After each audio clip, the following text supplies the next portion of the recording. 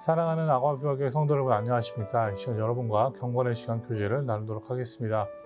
오늘 우리가 나누게 될 하나님의 말씀은 다니엘서 5장 1절에서 12절까지 있는 말씀 내용입니다.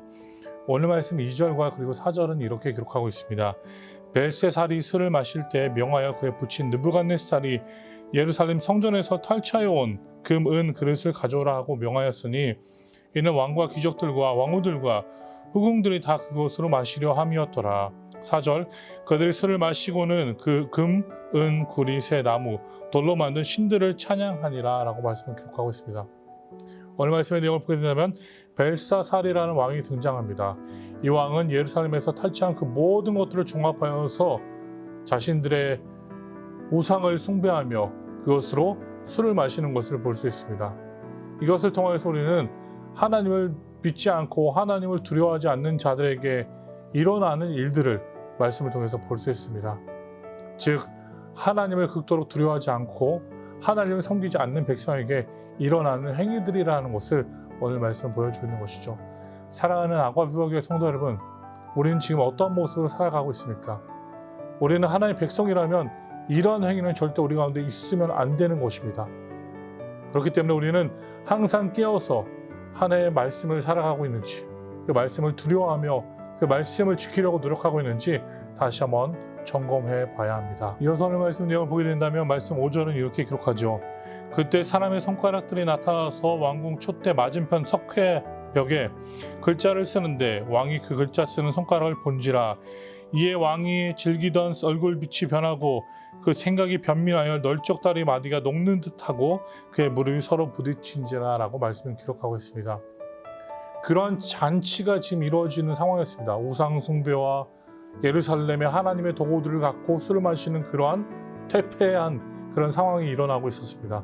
그러한 상황 속에서 지금 갑자기 한 손가락이 등장하여서 손가락으로 벽의 맞은편에 쓰는 것들을 왕이 목격하게 됩니다. 우리 이것을 통해서 무엇을 느낄 수 있을까요? 즉 하나님이 개입하신다는 것이죠. 그러한 극도로 우상 숭배에 빠져있는 백성들 가운데 하나님은 개입하셔서 그분의 능력과 그분의 역사를 통하여서 그들에게 얼마나 큰 실수를 범하고 있는지 보여주는 것과 마찬가지입니다. 이어서 마찬가지로 말씀의 내용처럼 그렇게 전혀 두려움이 없어 보였던 그 왕이 두려워하는 모습을 우리는 볼 수 있습니다. 이것이 바로 세상에 사는 사람들의 모습이죠. 하나님이 없는 자들의 모습입니다. 승승장구하고 잘 나가는 것 같지만 하나님이 개입하고 하나님이 터치한다면 그들은 언젠가 무너질지 모르는 존재입니다. 그렇기 때문에 우리는 오늘 이 말씀을 꼭 기억하고 우리 마음속에 담아 하나님께 감사하는 하루를 지내야 합니다. 8절의 말씀을 이어서 보게 된다면 말씀이 이렇게 기록합니다. 그때 왕의 지혜자가 다 들어왔으나 능히 그 글자를 읽지 못하며 그 해석을 왕께 알려주지 못하는지라. 그 왕은 많은 지혜자들을 모아서 그 글에 대한 해석을 알려달라고 합니다. 그러나 그 어느 누구도 그 해석을 주지 못하였습니다. 그러나 그 중에 왕비가 다니엘을 떠올립니다. 다니엘이라는 사람이 있었는데 그는 지혜가 있었다. 그리고 꿈을 해석하는 능력이 있었다. 그렇기 때문에 말씀 12절 중간 부분에는 이렇게 기록합니다. 꿈을 해석하며 은밀한 말을 밝히며 의문을 풀 수 있었나이다. 이제 다니엘을 부르소서 그리하시면 그가 그 해석을 알려드리리이다 하니라. 이 말씀을 통해서 우리는 무엇을 깨닫게 될 수 있을까요? 즉 위기가 드러났을 때 성도들이 그토록 소중한 역할을 한다는 것입니다. 즉 삶의 행복의 비결은 성도에게 있다는 것입니다. 다시 한번 우리는 이것을 바라보면서 감사해야 합니다. 이것을 바라보면서 하나님을 찬양해야 합니다.